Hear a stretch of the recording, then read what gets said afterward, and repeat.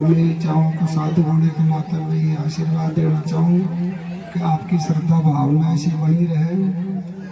और भगवान का इनमें जो मंदिर बनवा है तो पूरे मंदिर बनवाने से ही काम नहीं चलता, इसमें आस्था भावना रखना जरूरी है, इसका रख रखाव रखना जरूरी है।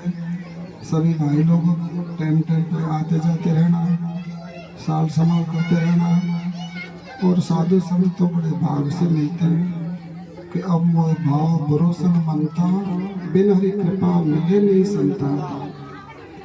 कि संत तहाई जात है जहाँ धर्म की सीर, सूखे सरोवर परशुराम हंस में बैठे तीर।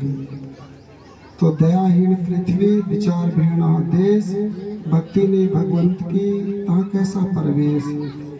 तो मैं आप डोलारी परिवार से ये कहना चाहूँ कि सब टाइम पे आते जाते रहें। और नवकोर से जो मेरी प्रेरणा है कि अच्छी पढ़ाई लिखाई करें और अच्छा भविष्य बनावें, अच्छी संत सोसाइटी रखें, साधु संत महात्माओं में आस्था भावना रखें, टाइम टाइम पे उनके चरणों में आना जाना, उनसे सद्मार्ग की प्रेरणा लेना, ये सज्जनों का काम है।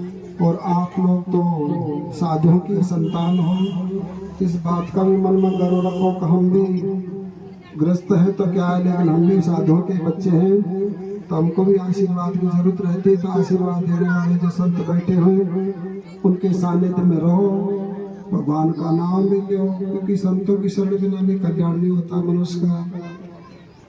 कि कोई टाइम पे जो है परशुराम जी महाराज ने जो कुपित हो गए क्षत्रियों पे, तो उन्होंने भी जो क्षत्रियों को भी कर दिया, सारी क्षत्रियों से भूमि लेकर के ब्राह्मणों को दान करी और 21 बार क्षत्रियों को इस पृथ्वी से धसमिष्ट कर दिया। तो जब वो व्याकुल लिए बेचैन हुए, तब जा करके जो उन्होंने 9 सिद्धों की शरण में गए। तो संतों ने कहा कि मुझे है कि आपका पाप भारी हुआ तो भजन तपस्या करने से ही उद्धार होगा, तप करने से ही पाप नष्ट होते हैं। लेकिन आप तप वहाँ करो जहाँ आपकी कहीं भूमि नहीं हो, क्योंकि आपका भूमि छीन छीन करके सारी ब्राह्मणों को दान कर दे। तो उन्होंने जो है 12 साल तक जो है तप किया परशुराम जी ने समुद्र के अंदर, जहाँ बेंगलोर पड़ता है। तो वहाँ 9 सिख जो है उनको वहाँ आशीर्वाद देने के लिए आते जाते रहे। तो वही परंपरा आज भी है।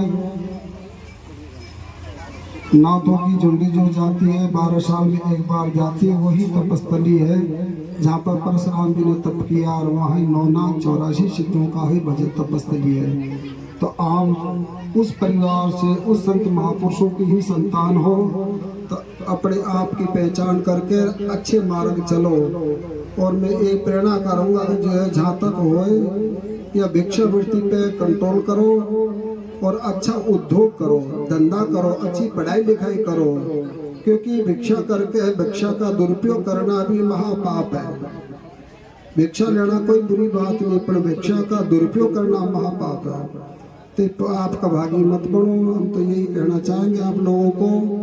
और ये नए युग बच्चे जो है ये अच्छा उज्जवल भविष्य बनावे, अच्छी पढ़ाई लिखाई करें और नशा पता से मुक्त रहें। अब तक जो भूल कर ली तो उस भूल को सुधार करें और संतों की शरण में आते जाए। मंदिर जो बना है इसकी कदर करें, इसमें बढ़िया आस्था भावना विश्वास रखें, यही हमारा आशीर्वाद है। और आप लोगों का प्रेम प्यार रहेगा तो हम भी आते जाते रहेंगे और जो है टाइम देते रहेंगे। और ज़्यादा तो आप लोगों को क्या बोले, क्योंकि सज्जनों को और को तो इशारा है बहुत, तो कह लगे सो मानवीर, सहन लगे सो साध, मन की लगे सो देवता, दादू अगम अगाध।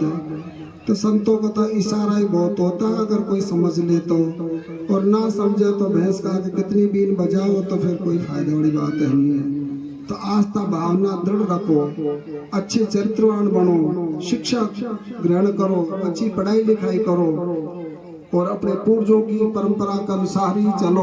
अपने पूर्व जो है अच्छे महान तपस्वी महात्मा हुए, उनके हम बच्चे हैं तो हमको भी ऐसा सदमार्ग अपनाना चाहिए जिससे हमारा लोक और परलोक दोनों सुधरे। इसी के द्वारा हम सबको आशीर्वाद। 17 आदेश 17